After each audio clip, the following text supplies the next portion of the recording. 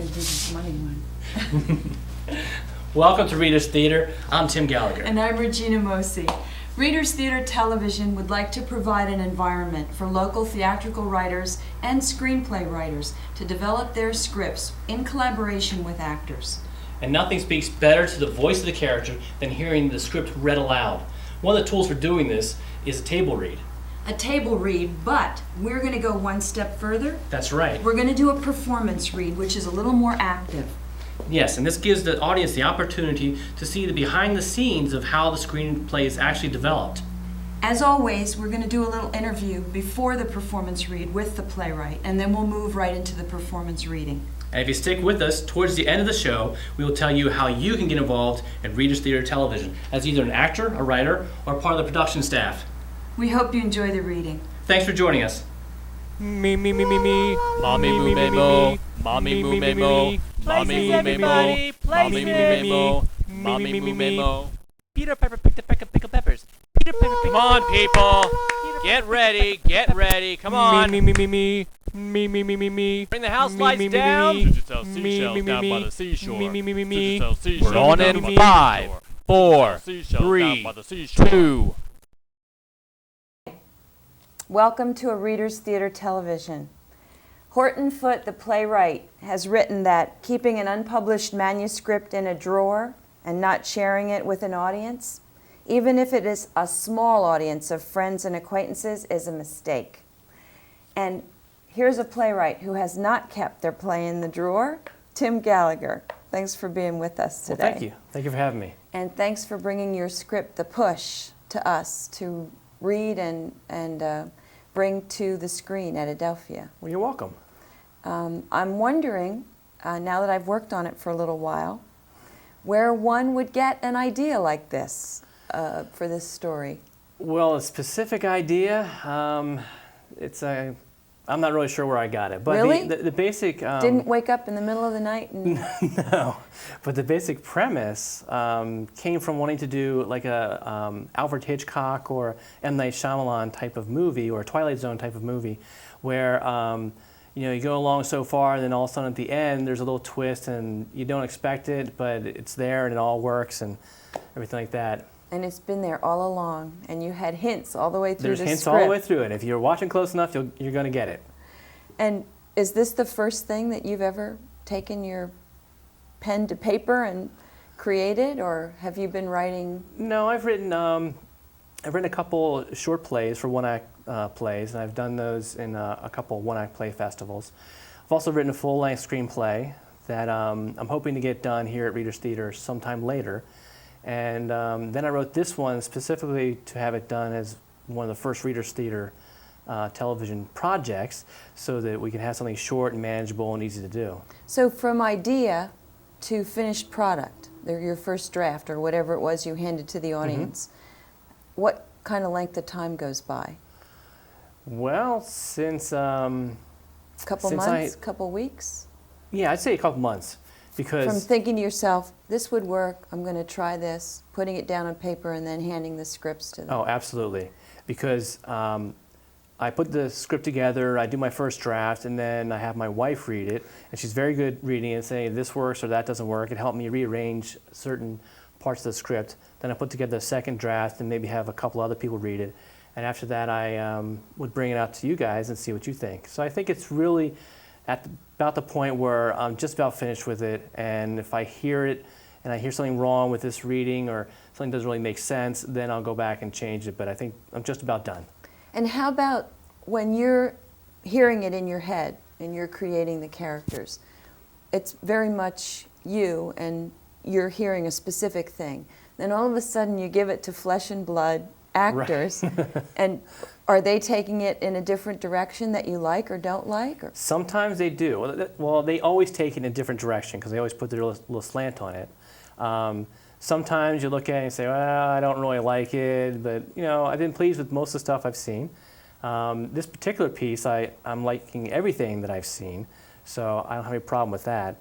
And it's just kind of nice to see it on screen, see people do it the way they do it, and this format is, I think, a difficult format to do correctly. but they're pulling it off, so I'm Right. quite happy with it. Right. It is difficult to make the reading, the staged reading, alive, which is one of the challenges for Readers Theater Television. Right. To make it interesting to the audience. And you are an actor also. Yes, I am. And when you wrote this, were you thinking of one of the roles for yourself? Yes, I actually had one of the roles in mind for myself. And but maybe you won't tell us or will tell us which? Maybe I'll tell you after this Okay. is all done, okay, but not right now. But let's just say the actor who's doing it is doing a very good job, and so I'm willing to give that up to see the thing produced. That's wonderful. It's been a great opportunity for all of us to work on it. It's a very entertaining piece. Well, good. Thank you very And much. we're so glad you brought it to us. And do you see a life for The Push, or do you have a hope I do. for a life? I know it's kind of crazy, and hopefully, I'll get some support from other people and maybe some producers or other people want to invest. But I'd like to actually have it produced and in the can, as they call it, and take it out to... Short film? Long? Exactly. Take it out as a short film and see what people think of it. That would be wonderful. I think so. Would you jump in then? Would you take one of the roles if this were going to, say, do a festival circuit, be produced? It really You're depends. tempted. I see you're I'm definitely tempted. tempted, but I think it depends on what the effort is. If there's a lot of effort trying to get actors to do it and there needs to be a little bit of rewrite, then maybe I'll step back and let the actors do it this time and let the director take on his role and not get in the way of that whole process. You'd be strictly the playwright, Exactly. screenwriter. Exactly. Well, thank you for bringing it to us, and let's share it now with the audience. Let's share it with the community. Here's The Push by Tim Gallagher.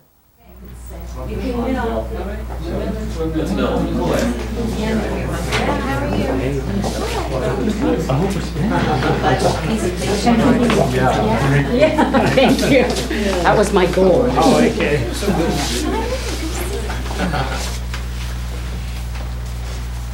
The Push. Fade in, TV studio hallway, late afternoon. Max Zeit, a host for a local talk show, is upset as he walks down the hallway. He has tissues covering his collar. A makeup and hair assistant follows him, trying to ensure everything is in place. Max finds Sal Pinchin, his producer and boss, making a quick dash to the elevator. Max waves a sheet of paper at Sal. Well, there you are. You have a show to do. What the hell is this, Sal? Your numbers are down, Max. But only 2 weeks to get them up? I was feeling generous. And you know, Sal. I don't always feel. You need to sign these so I can get college credit. I'm talking at Max. Yeah, but I'm already late. How about you get rid of my cold coffee and then help Max bring his numbers up? Then maybe I'll sign your papers. Yes, sir. But at least you could have told me in person. I can't talk now. I'm expecting some guests this evening. You have a show to do. I'll get my numbers up. That's the spirit, Max. Interior TV studio interview set late afternoon. Max is sitting on the left side of a table on a small stage. There is a chair on the right side of the table. Max is poised to open the show. In Depth with your host, Max Zeit. Welcome to the show. I'm Max Zeit. Discrimination years ago was loosely defined based on one's race, but now encompasses a greater range of degrading social behavior. Today we're going to get in depth with that hot topic. Today's guest is a professional performer in a unique business who is experimenting discrimination in his new job. Please welcome my guest, Bobo Pinkland. Thanks for having me on, Max. Tell us about your discrimination. As you can tell, I'm traditionally a rodeo clown. Of course. I just started working at the circus, and the other clowns, the circus clowns, have not been treating me with the respect I deserve. Well, now, how long were you a rodeo clown? Over 15 years, and I have never seen such disrespect. Well, tell us the details. Well, for starters, they have been throwing pies in my face just when I'm about to make an entrance or conclude a joke. Also, they have been smacking me with baseball bats. But, And as if that is not enough, they are not making room for me in the funny car during our shows. Work is becoming a joke. I can't get anything done, and everyone is laughing at me. But you're a clown. I'm still a human being. I deserve respect. TV studio interview set late afternoon. Max has finished the interview and walks off the stage. as he takes off his microphone and the director approaches. Another half hour of my life just wasted. Good show. Oh, who the hell scheduled him? Your first interview canceled last minute. I had to get someone. Besides, it was better than that mob show boss interview. The mob boss interview? Now that was just one interview. Max's office, late afternoon. Max shares an office with Rachel, his intern. He's talking to Rachel as he waits on the phone for the person he is calling to answer. Rachel, have you seen my list? Your list of what? My A-list of contacts. Didn't Sal say you were supposed to help me? Hello? Didn't Sal say you were supposed to teach me? You still at work? Yes, dear, I'm still at work. I'm always at work. Yes, I know. Hold on a minute. I think my mother's on the other line. Max is home, late afternoon. Max's wife is near the front door, has the phone on hold, and is kissing her lover goodbye. I'll see you in a couple of hours. I can't wait. What? I have some things I need to take care of.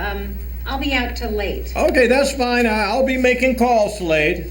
A moving company employee passes Max's wife by the front door as he carries out a box of pictures.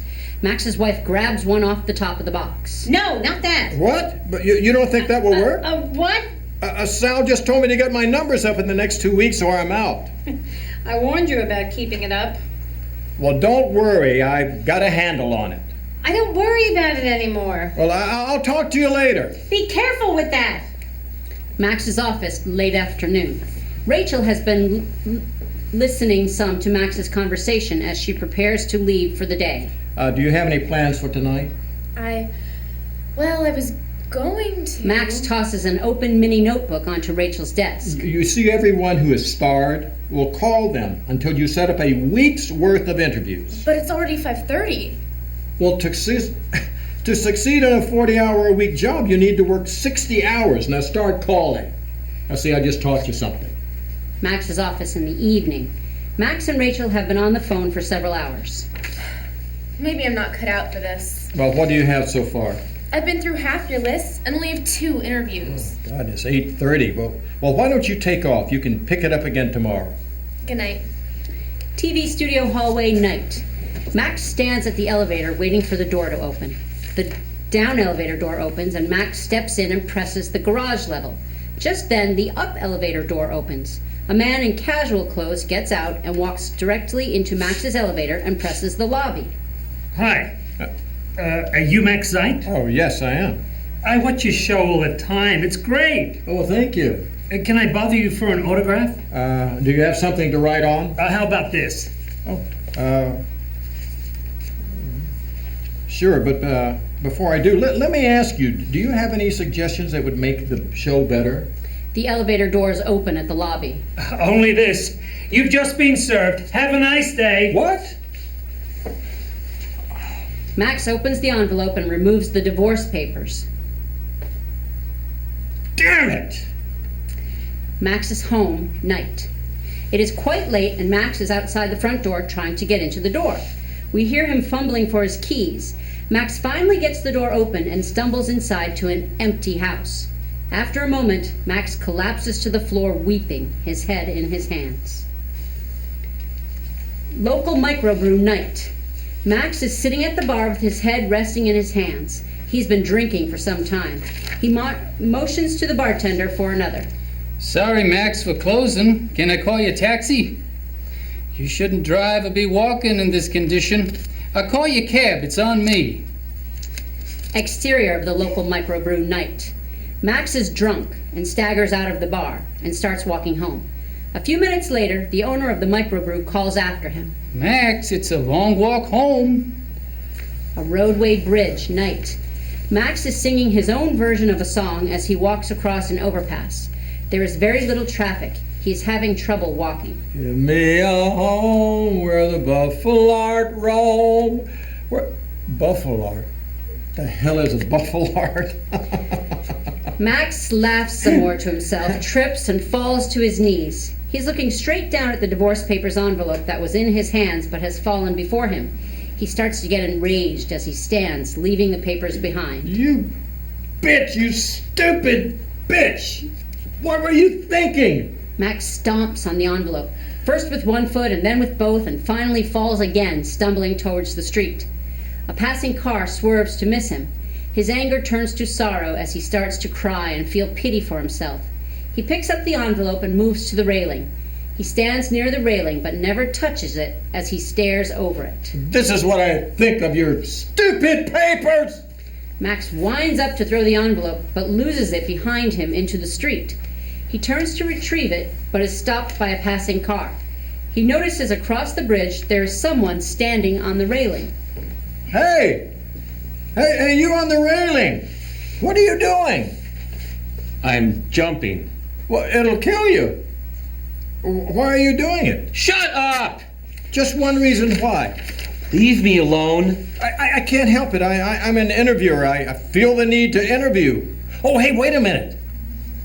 Max darts out to cross the road, barely missing a car or two. Listen. Go away! Oh, no, look, I'm not going to stop you. I just want a better look. You morbid freak. No, I want to interview you. All I ask is that you don't jump today. Maybe in a day or two. In a day or two? If I get off here, you'll have me locked up. No, honestly, I won't. I have my reasons. Interior of Sal's office, day. Max is trying to convince his boss that interviewing a jumper is good for ratings. Sal, not even Geraldo has had an interview like this. Geraldo knows better. Oh, this is the era of reality TV. This is the ultimate reality. You sure he's going to go through with this? I'll bet my life on it. I don't want it ending up like that mob boss interview. I need 3 shows out of him. Well, he won't make it past tomorrow. Now, look. Give me an interview tonight about why. What pushed him to jump? Tomorrow, mid-afternoon, we'll do a special presentation, a follow-up. And tomorrow night, he jumps. And so do my ratings. Interior TV studio interview set, night. The clock on the set wall shows 8 p.m. You're on in 5, 4, 3, 2. In Depth with your host, Max Zeit. Welcome to the show. I'm Max Zeit. I have done plenty of interviews over the years, but none as poignant as the one I'm about to have. Tonight we will be speaking with a very troubled young man whom I met yesterday, just before he attempted to commit suicide by jumping off a bridge. I talked him down from that suicide attempt. Well, I know you're thinking that it was great that I was able to intervene before he died, but the truth is I don't believe you can truly stop someone from suicide. You can only postpone it. So I haven't really intervened. I'm not here as a hero or a saint, but as a normal American who wants to know the answer to the hardest questions of all. Why does he want to do it? What pushed him to this limit? Our guest tonight will not be showing his face, and we will not be using his name, in the hope that he can be honest without hurting his loved ones. Jumper, welcome. Thanks. You don't have much time left, so I'll cut to the chase. What drove you to the edge of the railing? My car. No, I mean, what pushed you to the edge? You don't get it either. Sorry? My car. My car was the last thing I had left. But it was keeping you from committing suicide?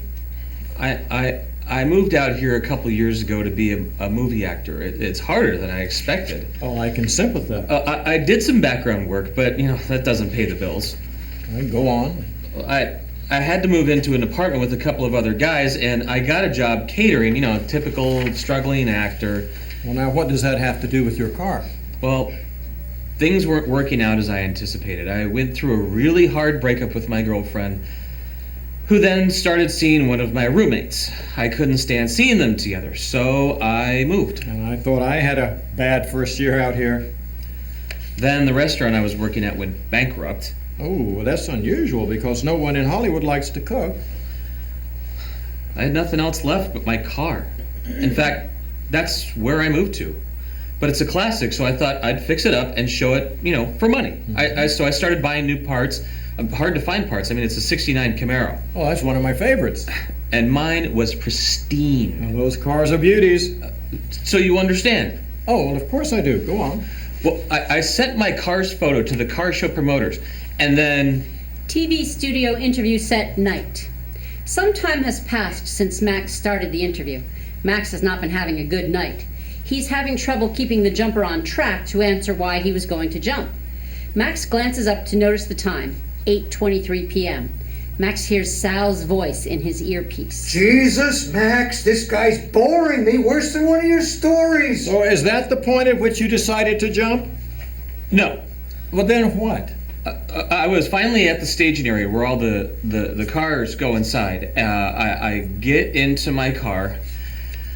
I start the engine and move the car forward down the ramp, and I try to turn the car into the doorway, and... Yes? And the steering column comes off in my hands. I couldn't steer the frickin' car. And I panic. Instead of hitting the brake, I hit the gas and floored straight into the side of a building. The jumper is almost uncontrollably weeping. All that work and my home, and I destroyed it. TV studio control booth, night. Sal is standing behind the techs in the booth watching the show on the monitor. The telephone rings and the audio tech picks it up. Sal, it's the VP from programming. I'll take it in my office. He'll be with you in a minute. I'll transfer you.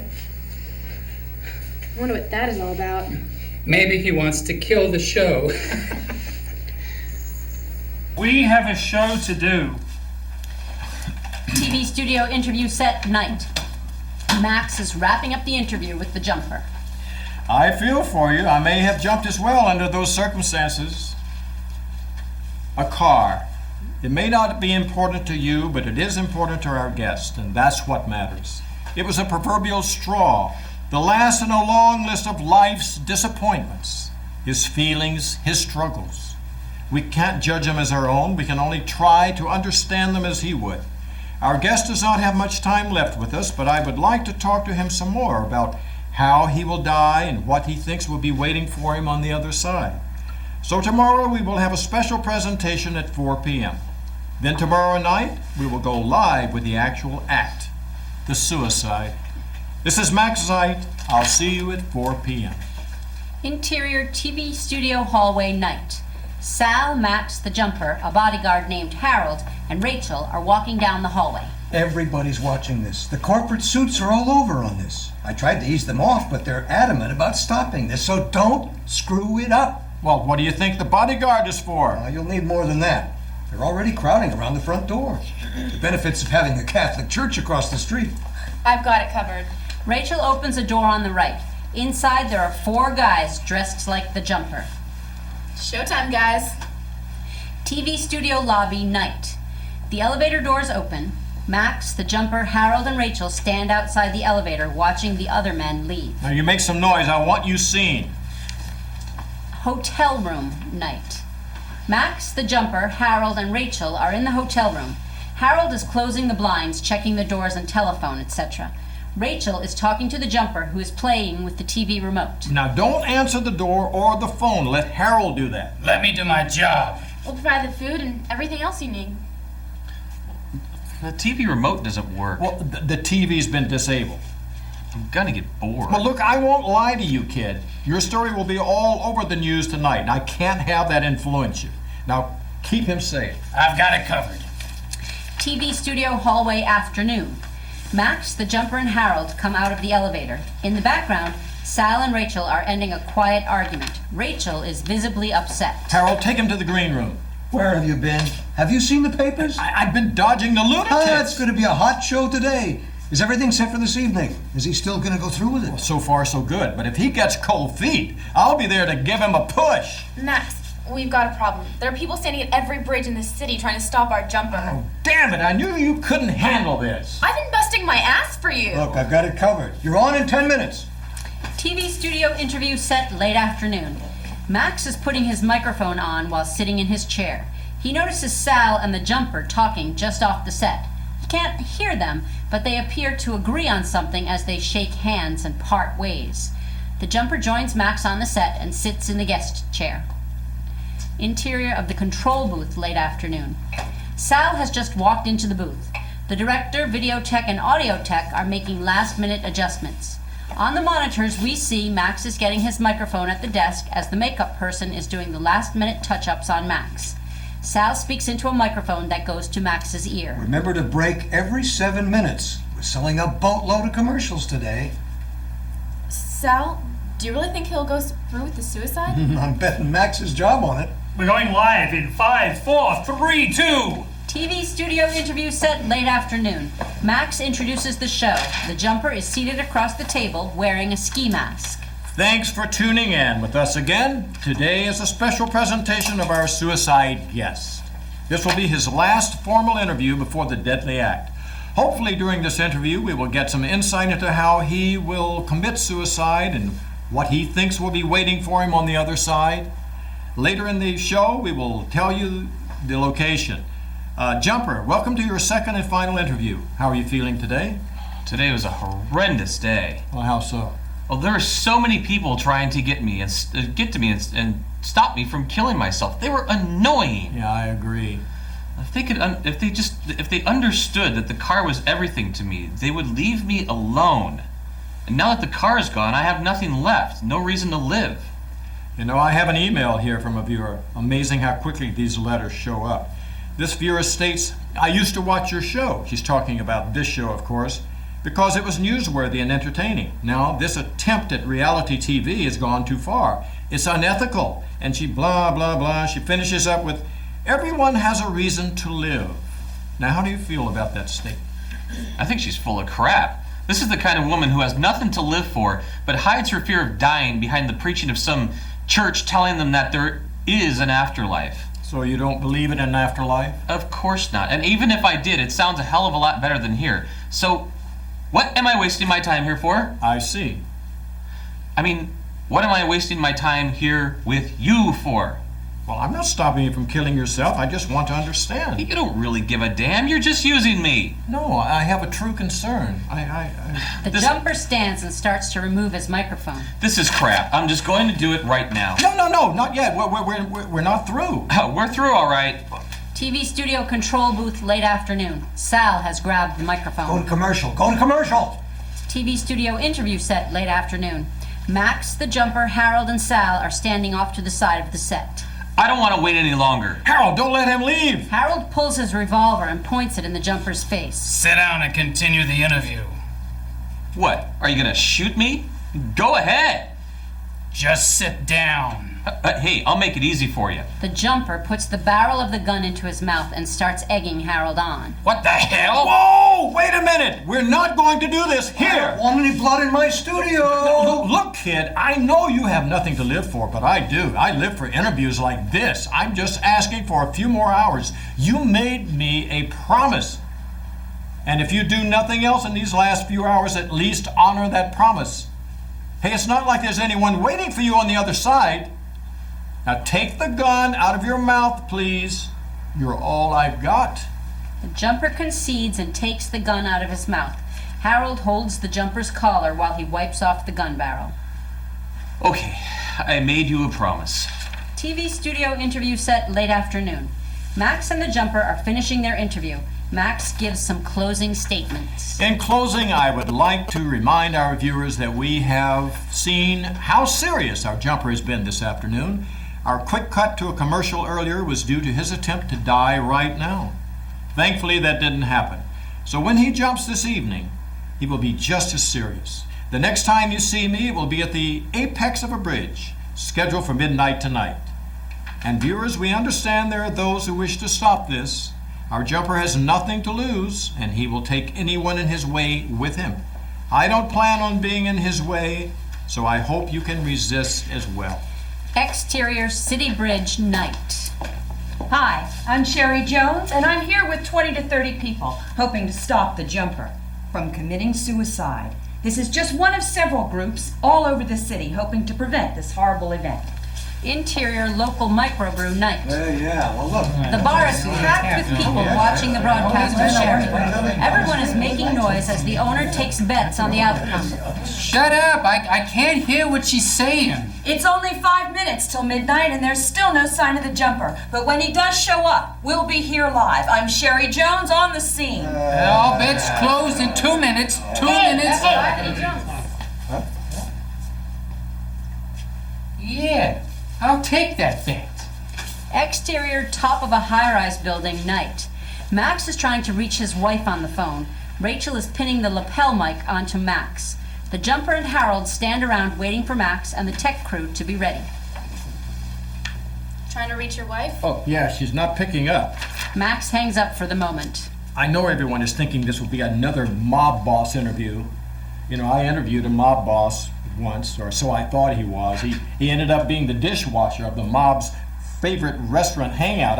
I could have died when I found out. Well, since then, I do my research, and this guy's the real deal.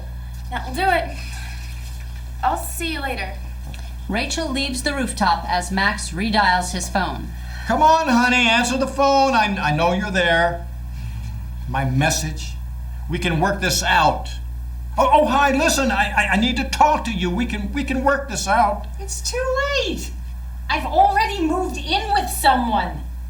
You call yourself an investigative reporter, and you didn't see this coming? You can deal with my lawyer. I can't believe I even married you. Now, wait a minute. Are we going to do this or not? Just a minute. Hello? Oh, damn it. Is Sal on the friggin' line? No, what do you need? Max throws the phone across the roof. I can't do this right now. I just can't do this. Hey, you promised me, Max. You have to keep your promise. Yeah, well, if nothing else in life matters, always keep the ratings up. Always keep a promise. Max attends to the text as they make final checks. Are you guys done? Yes. When you're ready, just push this button here, and then there's this I know little how wire. to run a camera. Get out of here so we can have some privacy. Harold, can I talk to you for a minute? Max takes Harold over to the door of the roof. You've done a great job, Harold, but I can take it from here. All right, then. Good luck. As Harold exits, Max removes Harold's gun from his hip holster and pushes Harold through the doorway. Hey! Max closes the door and then jams a 2x4 piece of wood under the door handle to keep it from opening out onto the roof. Max puts the gun under his belt in the back of his pants. Top of a high-rise building, night. Point of view of the rooftop camera. Max has just turned on the camera. From its view, we see the edge of the roof from a slight angle. Behind Max is the jumper, still eyeing the ledge. Max is checking the signal with the director back at the studio, listening for the reply in the earpiece. Well, how's the picture? The picture is great. And the sound? Well, let's do this thing. Good.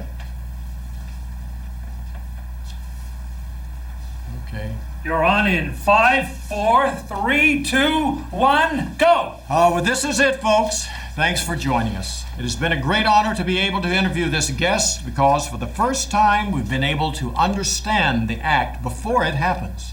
As you can tell, due to the controversy over this interview, we have changed the jumping location, but that will not diminish the gravity of the situation here. Jumper, do you have any last-minute words? I just want to get it over with. Well, let's make our way to the edge. Max and the jumper approach the edge. The edge where the jumper is standing is somewhat out of view of the camera. Max gets some direction from the director in his earpiece. The jumper puts one foot on the edge, about to step up. Oh, wait, just a minute. I need to fix the camera's view. Max widens the view of the camera to get the jumper and the edge, more of the roof and skyline in the picture. We can hear some soft talk as Max responds to the director's commands about the camera. Max returns to the jumper. Sorry for the interruption. This is how it's going to go. I don't want to show you the actual impact of the event, but once our jumper has cleared the edge, I will use the camera to look over the side of the building and show you the results. At that time, I will call 911 to notify them of our location. I would like to thank you for these last 2 days. They've been extraordinary. You have truly opened my eyes to a new way of looking at life, and I hope that you find something wonderful on the other side. You deserve it. Well, thank you. You've been very kind yourself. Oh, okay, it's time. Max backs up a little to give the jumper space. There is a moment of silence. I can't explain the emotion here. My heart is pounding so hard, so hard. I'm starting to sweat. It must be worse for him. What is he thinking at this moment? Who is he thinking about? The jumper steps up onto the edge. Oh my God, he's really going to do it. He is really going to do it. Max is silent except for the heavy breathing since the microphone is so close. The jumper stands there for a long moment, and then slowly he raises his arms out to his sides as he prepares to dive. Oh, I can't watch. I can't watch. Interior of the local microbrew night. The bar crowd is watching the TV intently. The owner is counting the money and putting it into an envelope as he watches the TV. Top of a high-rise building night. Max closes his eyes. Again, a moment of silence. Max takes a quick look and then closes his eyes again. Max? Max? Yes? Did you mean what you said earlier? I'm sure I did. When I said what?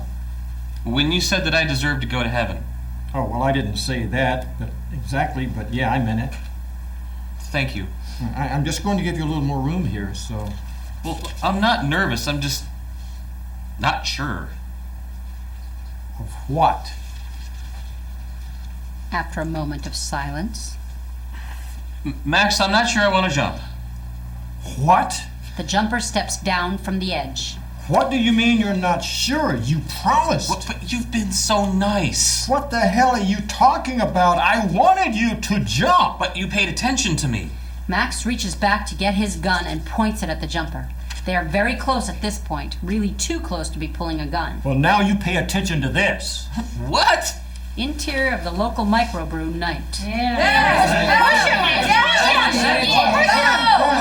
Exterior, top of a high-rise building, night. You have to jump. You promised.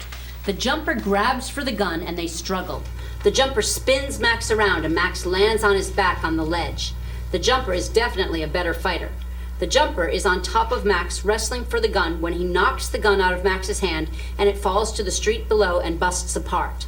The jumper uses his position to knee Max in the groin, and then the jumper steps back as Max is now on his knees. You really wanted me to jump. You are such a loser. I trusted you, cared about me, wanting only what I wanted. Well, now I don't want to jump. And you wanted me to jump to boost your career. You are such a loser. You kicked me in the ball. You deserve it. Don't leave. No, you promised. You promised. All you had to do is jump. You're the loser. All you had to do is jump. Max sulks for a moment and then pulls himself up and sits on the ledge facing the roof. Max starts crying and pounding on the ledge. Interior local microbrew night. A portion of the bar crowd is wanting to be paid by the owner. Others are disappointed. The TV still shows Max sitting on the ledge. Hold your horses, hold your horses. You'll all get paid. On the TV, we see Max step up onto the ledge, still facing the roof. Hey, look! Exterior, top of a high-rise building night. Max stands there for a moment. No one makes a fool out of Max Zeit. Max falls backward and off the ledge to his death. Interior of the local microbrew night. The bar is quiet as they just stare at the TV. Quietly, the microbrew owner seals the money envelope with a lick and slides it down the bar where Max's wife catches it. Top of a high-rise building, night. A moment goes by, and then from the point of view of the on-roof camera, the camera is picked up by someone, moved to the ledge, and pointed over to show Max laying on the smashed roof of a parked car. Interior of a mobile studio van, night. Sal, the director, the video and audio tech are watching the monitors as the camera on the roof points over the edge. And cut. Go to commercial. That was perfect. I couldn't have asked for a better performance. Hey, you owe me $50. I told you we would do it. Did you see the way he hit that car? Sal notices Rachel seated near the back door of the van. Papers, please. Did you learn anything? It didn't have to end this way. Oh, you push a guy far enough, he'll do just about anything. I've just got to redo it in slow motion. Exterior, the street where the mobile studio is parked, night. Sal exits the van. A police car pulls in behind the van and an officer gets out as Sal walks towards the front of the van. Excuse me, but there is no parking on this side after midnight. Sorry, officer. We were just leaving. Oh, really? What the hell? Oh, that was a jumper. The officer gets on his talkie to call in the incident. Sal gets in the passenger side of a parked car, leans over and kisses Max's wife, who is sitting in the driver's seat. We see the police car pass by the van to attend to the scene of the jump. You did good. Yeah. From across the street, the jumper runs to confront Sal. You never told me he'd have a gun. Was it loaded? Do you know if it was loaded? Relax. It ended in our favor. I was pissing in my pants. You ever stand at the edge of a building and the barrel of a gun? You did a great job. The best improvising I've ever seen. Yeah, well, you almost got me killed. Yeah, well. Give me the mask. Now, you have a leading role to add to your resume. I'm sure you'll have plenty of offers from your acting agent. Sal and Max's wife drive away as we see another police car pass by. The jumper watches the car go. The end. Thank you. Good job. Thank you very much.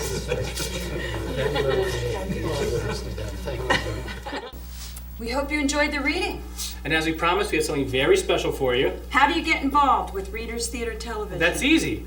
Just go to our website, www.galloware.com/readerstheater. We're always looking for new scripts. We're always looking for new talent. Check the website often. Well, that'll do it for us for this episode. Thanks for joining us. I'm Tim Gallagher. And I'm Regina Mocey. We hope to see you again on Readers Theater Television.